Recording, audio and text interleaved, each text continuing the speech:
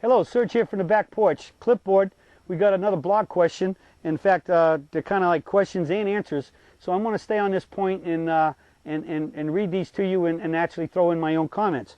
This is from RIS46. And 46 says, Serge, great analogies and great choice of words.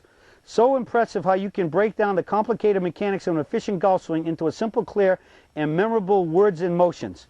He's referring to the one I did a while back about feeling the path and plane of a golf swing like a roller coaster riding on the tracks, how it has to be smooth and flowing to be efficient. All right? In watching you, I pondered the possible benefits of my having a short club for frequent indoor limited practice, be it in a small residential space or my office away from people and furniture. Any thoughts on that? Clearly, it should only be used occasionally, but it might help me reinforce the concepts you teach when I otherwise could not use a normal size club.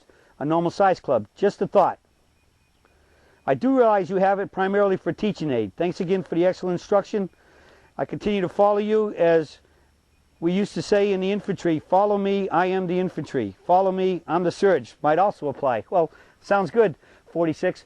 Yes, I think it's important to swing a small club, and because, again, anytime you can swing a club, naturally you can swing your arms just for practice, and then you take it to another level when you use a club, even a small club. You could actually use a small club as a training aid to, or even I guess the training aid would be the point that I want to increase my strength by putting weight on it. I've seen guys have clubs that they taped weight on it. You know, use some duct tape, put some weights on them, and duct taped it up, so they would have a much more weighted golf club to help build up their muscle tone, or at least to maintain their muscle tone in the off season.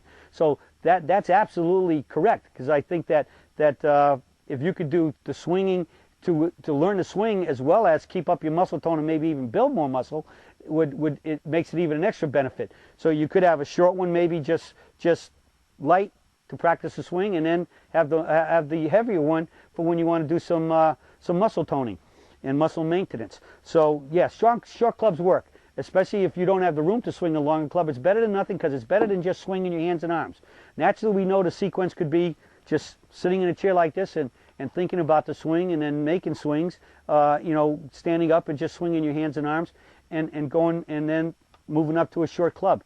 So anytime you can swing a club, you're gripping it with the grip, so you're working on your grip, you're working on your muscle tone in your setup, in your hands and arms. You can be working on your setup, because you want to make the peak performance setup with and get into the proper positions, and then you can be working on maintaining the wide knees, outward pressure to make that short turn. And naturally, if you're swinging indoors, with or without a club, and especially with the club, the shorter club, any club, try to make sure that if you can, that there's some way you can see yourself, like have a mirror in front of you, so you can be watching your setup. You can be watching how much you're moving, because many times we don't think we're moving very much, and that left knee's going in there and starts going spastic on you, or it's moving where you think it's only moving an inch, it's really moving about 3 or 4 inches.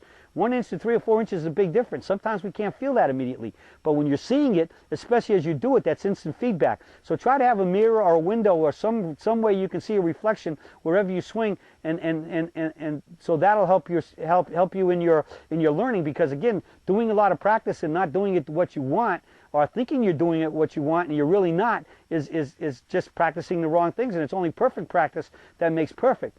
And again, even there, you could be checking out the length of your backswing. Is your club vertical, or is it at 11 o'clock or 10 o'clock, and things of that sort? Is my wrist flat, or is my wrist cupped? So you could be checking all of those things out if you can see yourself. So let's say, yes, the shorter clubs are great, but let's also see if we can't add the component of some way to see yourself as you're doing it, so that you can see that you are or are not doing it quite right. And again, as I said, perfect practice makes perfect. The more senses you use, the more powerful the feedback. The more powerful the feedback, the quicker the learning experience, and therefore the better you're going to be swinging. So let's use shorter clubs. Practice more often in your office or anywhere you can do it, if that's possible for you. And if you can, add that component, that extra thing about that, of being able to see yourself, mirrors, windows, or whatever. And so with all of that, we're talking about practice, learning the golf swing. And that's it from the Serge for today, and I'll be talking to you all again soon.